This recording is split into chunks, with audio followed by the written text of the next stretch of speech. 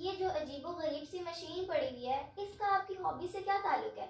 इसका बेटा हॉबी से ये ताल्लुक है कि ये मशीन बेसिकली रिकॉर्डिंग मशीन है और इसके ऊपर आप जब भी कोई स्टूडियो में रिकॉर्डिंग करते हैं सबसे पहले आपको इसी मशीन की ज़रूरत पड़ती है। हसीब अंकल, हम हर गाना यूट्यूब पर सुन सकते हैं, हमें हर दौर का गाना यूट्यूब पे मिल जाता है, तो इतनी बड़ी मशीन रखने का कोई मकसद?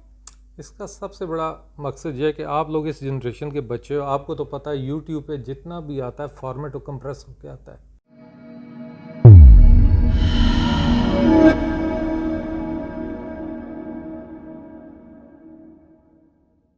अस्सलामुअलैकुम व्यूअर्स, खबर आजमान टीवी के प्रोग्राम नन्ही रिपोर्टर के साथ मैं हूँ लाइबा शबनम। जैसा कि हम सबको मालूम है कि मौसीकी रूह की ग़िज़ा है। आज हम म्यूज़िक के बहुत ही शौकीन अंकल नसीब भट्ट से गुफ्तगू करेंगे कि वो इस शौक को किस तरह ज़िंदा रखे हुए हैं। जी हसीब अंकल, क्या आप हमें बता सकते हैं कि आप इस शौक को कैसे ज़िंदा रखे हुए हैं? मैं इसको बचपन से पसंद करता था म्यूज़िक को, और यही जुस्तजू थी जो मुझे आज तक यहाँ तक खींच के लाई, और मैं आज भी इसी के साथ हूँ और मैं इसको पसंद करता हूँ सुनना, और अपने फारिग वक्त में इससे लुत्फ़अंदोज़ होता हूँ। अंकल, ये जो अजीबो-गरीब सी मशीन पड़ी हुई है, इसका आपकी हॉबी से क्या ताल्लुक है? इसका बेटा हॉबी से ये ताल्लुक है कि ये मशीन बेसिकली रिकॉर्डिंग मशीन है और इसके ऊपर आप जब भी कोई स्टूडियो में रिकॉर्डिंग करते हैं सबसे पहले आपको इसी मशीन की ज़रूरत पड़ती है। और आप चाहे 12 ट्रैक करें, 6 ट्रैक रिकॉर्डिंग करें, 24 ट्रैक करें, 36 करें, आपको आखिर में 2 ट्रैक चाहिए होते हैं म्यूज़िक बनाने के लिए। ये मशीन मास्टरिंग करती है 2 ट्रैक्स के लिए। अच्छा अंकल, ये बताएं कि अब ये मशीन का नाम क्या है और ये काम कैसे करती है? बेटा इसका नाम है रीवॉक्स और इसको बनाने वाली 2 कंपनी हैं, एक का नाम स्ट्यूडर, एक रीवॉक्स। रीवॉक्स जो है ये स्विस है, स्ट्यूडर जो है वो यूनाइटेड किंगडम इंग्लैंड।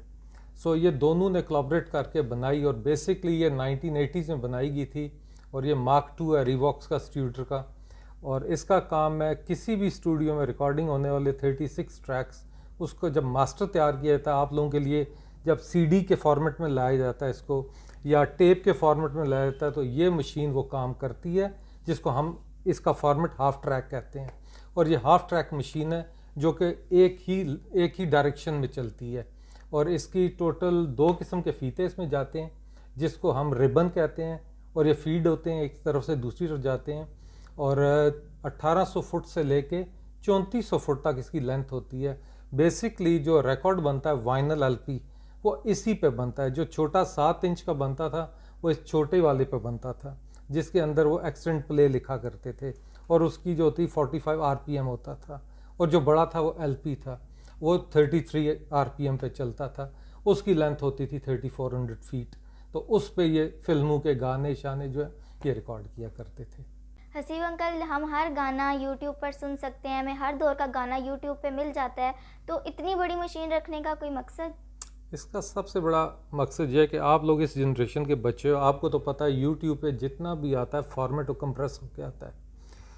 ये मशीनें अनकम्प्रेस सिग्नल पे चलती हैं, आप इसको कंप्रेस नहीं करते। जिस वक्त आप इसके ऊपर सेम चीज़, सेम गाना, सेम म्यूज़िक सुनते हैं तो उसके जो आपकी एक फ़ाइल अगर 3 मेगाबाइट या 5 मेगाबाइट की यूट्यूब है, इसके ऊपर 170, 190, 200 मेगाबाइट पे चली जाएगी। इसका मतलब ये सिग्नल कंप्रेस नहीं है।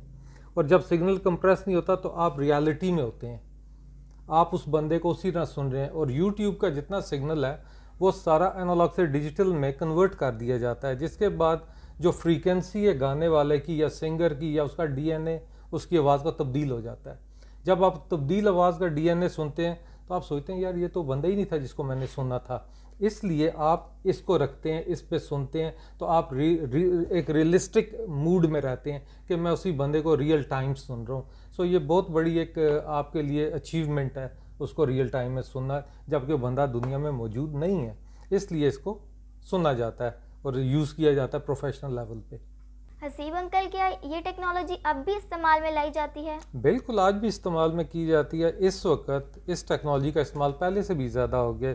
जैसे कि अगर आपको पता है जस्टिन बीबा एक अमेरिकन सिंगर है, उसके काफ़ी पता नहीं कितने मिलियन रिकॉर्ड्स इसी टेक्नोलॉजी के ज़ेर असर अब दोबारा उन्होंने रीलॉन्च की है। और ये इस वक्त ज़्यादा मशहूर, जो आज के बच्चे आ रहे हैं उसको बड़े शौक़ से ख़रीद रहे हैं इससे बनी हुई टेक्नोलॉजी से जो म्यूज़िक है। इस वक्त अगर आप इस पे बनी हुई टेप लेने जाएं, आपको कम से कम इंग्लिश करेंसी में 350-400 पाउंड की एक टेप मिलती है। क्योंकि ये एक्सपेंसिव है इसलिए वो कोशिश करें, आपने देखा होगा छोटा फॉर्मेट कैसेट्स का होता था उसमें वापस लॉन्च कर रहे हैं, वाइनल रिकॉर्ड में वापस ला रहे हैं इसको। क्योंकि एक तो जब आप चीज़ ये ख़रीदते हैं एक फ़िज़िकल एविडेंस होता है आपके पास, आपके हाथ में होता है, आप उसको महसूस करते हैं मैंने कुछ ख़रीदा। डिजिटल में ऐसा कुछ भी नहीं है, आप पैसे दे के म्यूज़िक स्टोर से लेते हैं मगर आपको मिलता था, आप फिज़िकली तो कुछ भी नहीं देख रहे। इसलिए आज के बच्चे पसंद करते हैं फ़िज़िकल टच, वो देखना चाहते हैं हमने क्या ख़रीदा है, फिर उसको मेमोराइज़ करते हैं, वो उनकी यादाश्त में रहता है क्या बना था क्या हुआ था। तो ये आज भी इस्तेमाल में और बड़े ज़ोर शोर से वापस हॉलीवुड से लेके बॉलीवुड तक वापस आ चुकी है। हसीब अंकल, ग्रामोफोन और इस रील टू रील में क्या फ़र्क है? बेटा जो ग्रामाफोन है वो बनता है रील टू रील के थ्रू, इससे फर्स्ट रिकॉर्डिंग की जाती है स्टूडियो में और उसके बाद मदर स्टम्पर उसको कहते हैं, जिसके ऊपर उसको लाया जाता है, मास्टरपीस तैयार करते हैं, फिर उस मदर स्टम्पर से और रिकॉर्ड पैदा किए जाते हैं और तकरीबन मेरा ख्याल है एक डाई 5000 के बाद रिप्लेस करनी पड़ती है उनको, जबकि ये हमेशा के लिए उनके आर्काइव्स में बंद कर दी जाती है। बस फ़र्क ये है, ये मास्टर है, मदर है, और वो मदर स्टम्पर है, ये दोनों में फ़र्क है। हसीब अंकल, अभी आपने बात की है मदर स्टम्पर की, लेकिन ये मदर स्टम्पर होता क्या है? ये बेटा जिस वक्त सबसे पहली रिकॉर्डिंग होने के बाद मास्टर तैयार किया जाता है रील टू रील का, इसका जो सबसे पहला रिकॉर्ड जिससे बाकी रिकॉर्ड या जिनको वाइनल कहते हैं बनते हैं उसको कहते हैं मदर स्टम्पर। मदर स्टम्पर बिल्कुल ऐसे है जैसे आपके करेंसी कॉइन जो होते हैं उनकी पंचिंग की जाती है। तो इस मदर स्टम्पर के ज़रिए एक वाइनल का, जिसको कहते हैं वर्जिन वाइनल्स, प्लास्टिक के पैलेट्स होते हैं, उनको रखा जाता है 180 ग्राम पे और 50 टन का वज़न उस पर डाला जाता है, जिससे उसका डीएनए उसके ऊपर आ जाता है मदर स्टम्पर से। तो उसको मदर स्टम्पर कहते हैं जो उसका पंच करता है। और तकरीबन वही जैसे कि मैंने आपको बताया 5000 के बाद ये रिप्लेस हो जाते हैं, फिर आगे इनकी वैल्यू में फ़र्क पड़ जाता है। जो पहले 5000 होते हैं उनकी कीमत हमेशा ज़्यादा होती है, जो दूसरे 5000 है वो लेस वैल्यूएबल होते हैं। सो डिपेंड करता है, जो इसका कलेक्टर है उसको पता होता है कि मदर स्टम्पर से पहले 5000 कौन से हैं, क्योंकि वो इसकी शाजी नंबर देख लेता है जिसको आप लोग चेसिस भी कहते हैं। सो उसके ज़रिए इसकी फिर क्वालिटी और इसकी प्राइस पड़ती है। हसीब अंकल, जैसा कि आप चेसिस नंबर की बात कर रहे थे, तो इन चेसिस नंबर की लॉगिन होती है? आपका सवाल बड़ा लिजिड है और बड़ा ज़बरदस्त सवाल है। कोई भी रिकॉर्ड या वाइनल बनने से पहले, उसका मास्टरपीस तैयार करने से पहले उसकी पूरी लॉगिंग की जाती है, उसकी बुकलेट तैयार होती है, उसके ऊपर जितने लोगों ने काम किया है उनका डेटा होता है और उसके ऊपर कौन सी शिफ्ट ने काम किया है उसका तज़किरा उस पर T1, और अगर सेकंड शिफ्ट थी तो T2 से किया जाता है, ये उसके ऊपर मार्कअप किया जाता है और ये पूरी लॉगिंग उस कंपनी के पास मौजूद होती है और उसका मदर स्टम्पर जो होता है उसके ऊपर लॉग होता है, उस इंजीनियर का फाइनल होता है, यानी कि ऑथेंटिसिटी है कि ये बिल्कुल सही है, इसकी फ़ेक आप कॉपी नहीं बना सकते क्योंकि इसका मास्टर उनके पास है। सो आपका सवाल दुरुस्त भी है और मैं कहूँगा बहुत अच्छा सवाल है। लॉगिंग की जाती है, कैटलॉगिंग की जाती है बाकायदा, उस पर उसका time, date, year, working hours, कितने लोग थे, फैक्ट्री का नाम, कौन बंदे थे जिनने लिरिक्स लिखे, सब कुछ होता है उसमें डिटेल इसकी। व्यूअर, जैसा कि आपने देखा हमें कितनी और मज़े की इन्फॉर्मेशन हसीब अंकल से मिल रही है और अभी हम और भी सवाल पूछेंगे इस मशीन के बारे में। और चलिए अब हम अगले सवाल की तरफ बढ़ते हैं। अच्छा हसीब अंकल, अभी आपने मुझे इतनी ज़्यादा इन्फॉर्मेशन दे दी इसके बारे में, अब तो मेरा भी शौक़ हो गया है कि मैं इस मशीन को ख़रीदूँ। तो क्या आप मुझे बता सकते हैं कि ये इसकी कॉस्ट कितनी है और मैं इसके कहाँ से ख़रीद सकती हूँ? सबसे पहले मशीन 1980 यानी कि 1980s में उन्होंने लॉन्च की, उस वक्त इसकी कीमत 3500 पाउंड थी। आज ये दोबारा इसको लॉन्च करने जा रहे हैं या जा रहे हैं, जैसे कि मैंने पढ़ा इनके, तो आज की डेट में ये 25,000 पाउंड पे इसकी प्राइस अप कर रहे हैं। तो अगर आप ये कहें कि आप इसको ख़रीदना चाहती हैं तो मेरे ख़्याल में ये इंतहाई महंगी मशीन है और आपके लिए मैं तो नहीं अभी कह सकता, आपकी उम्र के लिए ये होगी अच्छी, आप ज़रूर लें इसको अपने वक्त पे जब आपका वक्त आएगा। लेकिन आपके सवाल माशाल्लाह से बहुत अच्छे हैं और बड़े इन्फॉर्मेशन है उनके अंदर, मैं भी सीख रहा हूँ आपसे और आप मुझसे अगला सवाल करें। अब मैं आपको क्या बताऊँ इसके बारे में।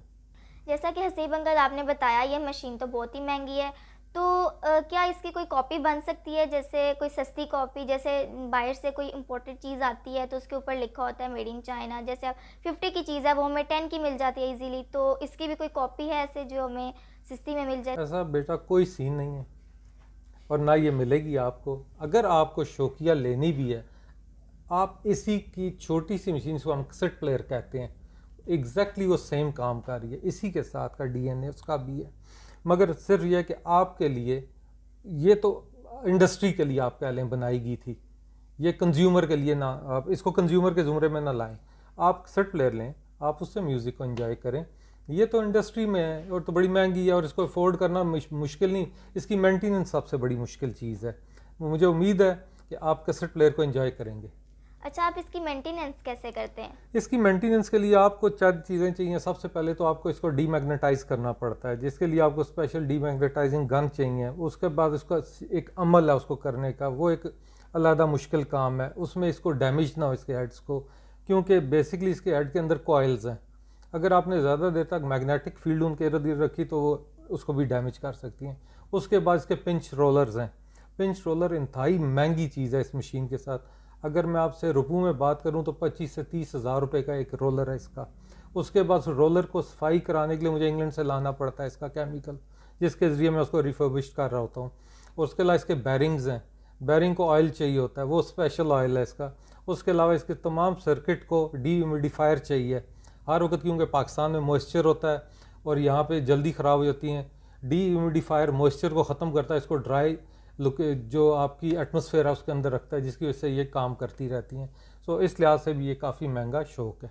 हसीब अंकल, जैसा आपने बताया कि ये मशीन तो बहुत ही महंगी है, तो इसका कोई मुतबादिल है जो मतलब सस्ता भी हो और मतलब जो कि आम इंसानों के लिए बनता हो, और जो कि चाइना से भी, जैसे चाइना भी जैसे आम बंदों के लिए सस्ती चीज़ें बनाता है, तो ऐसा कोई चाइना बनाता हो ऐसी कोई मशीन? बिल्कुल है, उसको कहते हैं रिकॉर्ड प्लेयर, और वो चाइना भी बनाता है। आप उसको आम बाज़ार में जाके 2-3 हज़ार रुपये में ख़रीद भी सकते हैं। और मेरे ख़्याल में वो बहुत अच्छी टेक्नोलॉजी है और आजकल बड़ी पॉपुलर है पूरी दुनिया में। और लोग हॉलीडे पे जाते हैं समंदर वगैरह में, अंग्रेज़ ले लें आप या कोई भी, या पिकनिक करने, उनके साथ हाथ में होती है, बैटरीज पे भी चलते हैं। सो और पॉकेट वाले भी मैंने देखे जो चाइना ने बनाए, पॉकेट में भी आ जाते हैं। आप उसको एक्सटेंड कर लेते हैं तो उसके ऊपर वही रिकॉर्ड जो वाइनल चलना शुरू कर देता है, चाहे आप 7 इंच का वाला चलाएं चाहे 12 इंच का करें। तो आजकल आ रही है क्योंकि टेक्नोलॉजी दोबारा आ गई है, रिवाइव कर गई है और लोग इसको ख़रीद रहे हैं और ये सस्ते दामों में मिल जाती है। जैसे हसीब अंकल, हम लोग कंप्यूटर में सीडी डालते हैं और हम लोग जैसे यूएसबी लगाते हैं तो हमें जो हमने स्टोर किया होता है हमें वो सुनाई देता है। तो इसमें ऐसी क्या चीज़ है जो हम इसमें डालते हैं तो वो जो स्टोरेज है वो हमें सुनाई देती है? इसके अंदर डलती है बेसिकली, इसकी जो फीड की जाती है वो इस रिबन के थ्रू की जाती है और ये होती है फुटों में, क्योंकि इसकी स्पीड बहुत तेज़ होती है और ये हाई स्पीड पे तकरीबन 15 सेंटीमीटर 1 सेकंड में जा रही होती है। लिहाजा ये कॉस्टली ज़्यादा होती है आपकी यूएसबी की निस्बत, और एक दफ़ा ये कट जाए या कुछ हो जाए ज़ाया होने का ख़तरा होता है। इसीलिए इसको कंज्यूमर लेवल पे नहीं इस्तेमाल किया जाता, महंगी तरीन यानी कि कहा जाता है कि इसके लिए आपके ये मसल गेम है, इंग्लिश में इसको कहते हैं, ये मसल पावर है। ये दूसरे लफ्ज़ों के जिसके पैसे ज़्यादा होंगे वो इसको चलाएगा, जिसके पास कम होंगे तो वो टेप पे चला जाएगा, यूएसबी पे। सो ये इसका कंसेप्ट है। इसको हम फीड करते हैं इस टेप के ज़रिए और ये फीड होती है, इसको जो जिस साइड से फीड की जाती है इसको कहते हैं मास्टर, और जहाँ पे इसको फीड किया जाता है उसको कहते हैं स्लेव। एक मास्टर एक स्लेव होता है, ये इस तरीके से काम करती है और ये एक डायरेक्शन में चलती है और इसको हाफ ट्रैक कहते हैं। इसमें टोटल 2 ट्रैक चलते हैं और ये 4 ट्रैक मशीन उग रहे हैं, जैसे सेट होती है आपकी हुआ करती थी, कभी वो चलती थी घुमा ली, तो इसमें ऐसा कुछ नहीं होता, ये एक ही तरफ चलती है क्योंकि बेसिकली मास्टरिंग के लिए इस्तेमाल होती है। बेटा मैं बहुत मुतासर हूँ जिस किस्म के आपने मुझसे सवाल किए। मेरे पास और भी काफ़ी लोग आते हैं इंटरव्यू के लिए, बड़े बड़े चैनलों से आते हैं वर्ल्ड वाइड। किसी ने आज तक मुझसे टेक्निकल बातें नहीं पूछी, वो सारे इंस्पायर होते थे इनको देख के। लेकिन जो असल बात है कि इसका डीएनए क्या है, आपने वो सवाल करके मुझसे इसके डीएनए, मुझे बड़ा ही आपने हैरत में डाल दिया कि सारे सवाल आपके जहन में आए कैसे। एक छोटी सी बच्ची इतनी बड़ी टेक्नोलॉजी के बारे में इतनी डीप बातें मुझसे पूछ रही है, सो इसका क्रेडिट मैं आपको देता हूँ। मैं इसीलिए तो पूछती हूँ, मैं नन्ही रिपोर्टर जो हूँ इस वजह से मज़े के क्वेश्चंस पूछती हूँ ताकि जो मेरे व्यूअर्स हैं उन्हें नई नई मालूमात के बारे में पता चल सके। आप इनको नन्हे सवाल कह रहे हैं, ये जवाब देने के लिए मुझे 53 ईयर्स लगे, आप इसको नन्हा सवाल कह रही हैं। शाबाश, आपसे मैं मुतासर हुआ। अच्छा अंकल, अब इतनी इस रानी का दर्शन तो करवाएं, जितने इतने कसीदे पढ़े आप, और हमें थोड़ा सा सुनवा भी दें ताकि हम भी इसका मज़ा ले लें। लो जी, फिर खुल जा सुम सुम हो गया, ये खुल गई जी, ये लें जी। अंकल इसे लोड कैसे करते हैं? ये बेटा इसकी टेप है जिसको हम मास्टरिंग उस वक्त से हम जिक्र कर रहे हैं। ये मास्टर, ये इसका मास्टर है और वो इसका स्लेव है। अब हम इसकी लोडिंग करेंगे। ठीक है, सबसे पहले हम इसको यहाँ से लेके जाएंगे और इसका यहाँ से इसको गुजारते हुए हम इसको ले जाएंगे इसके स्लेव की जानिब, और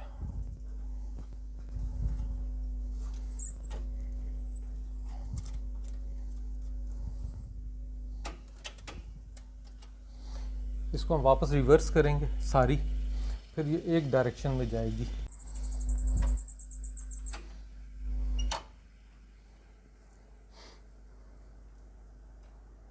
अब बस ये लोड हो गई। अब ये लोड हो गई है और ये वापस रिवाइंड करेगी। जब ये फुल एक तरफ चली जाएगी हम इसको दोबारा प्ले करेंगे, तो फिर जिस वक्त ये एंड करेगी अपनी ऑटोमेटिकली ये एक तरफ से, मतलब कि अब ये रेडी है, अब अभी बस ये रेडी होने के लिए एंड में जाएगी पहले, फिर हम इसको प्ले करेंगे। अभी ये जा रही है अपने स्लेव की तरफ, फिर ये मास्टर की तरफ वापस आएगी, क्योंकि ये एक ही डायरेक्शन में चलती है और इसी को कहते हैं हाफ ट्रैक। अगर ये 4 ट्रैक होती फिर हम इसको दाएं बाएं आगे पीछे घुमा सकते थे, क्योंकि मास्टर टेप है इसलिए हम इसको एक ही डायरेक्शन में चलाएंगे बस। ये हमारे पास दूसरी ऑप्शन नहीं है इसकी। व्यूअर्स, दिखने में तो ये मशीन बड़ी क्यूट लग रही है, लेकिन चलें इसके अब सुनते भी हैं और इसका लुत्फ़ भी उठाते हैं, क्योंकि मैंने उनसे इतनी तारीफ़ें सुनी हैं इसकी कि ये गाने सुनो तो ऐसा लगता है जैसे हम लाइव कॉन्सर्ट पे बैठे हुए हैं। तो चलिए आइए इसका सुनते हैं।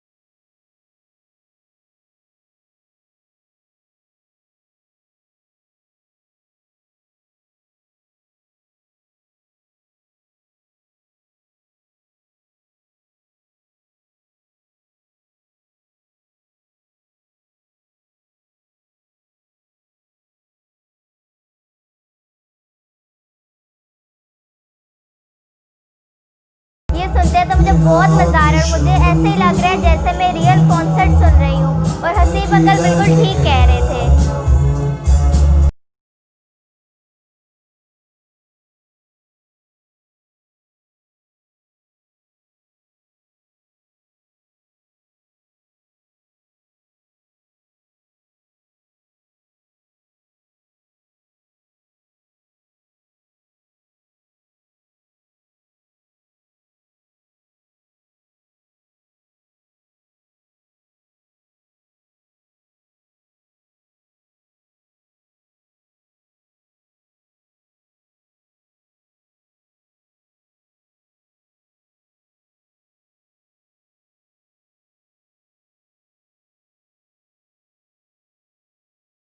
तो गाइस, आज आपको बहुत मज़ा आया होगा मेरे प्रोग्राम में, क्योंकि आज हमने इस मशीन के बारे में वो सीखा जो कि शायद मुझे भी कभी मैंने नहीं पढ़ा था, या मुझे नहीं पता था कोई ऐसी मशीन भी होती है जिसके बारे में आज मैंने सीखा। तो मैं आपको मिलूँगी नई रिपोर्ट के साथ। तो तब तक के लिए अपनी मेज़बान लाइबा शबनम को दीजिए इजाज़त। अल्लाह हाफ़िज़।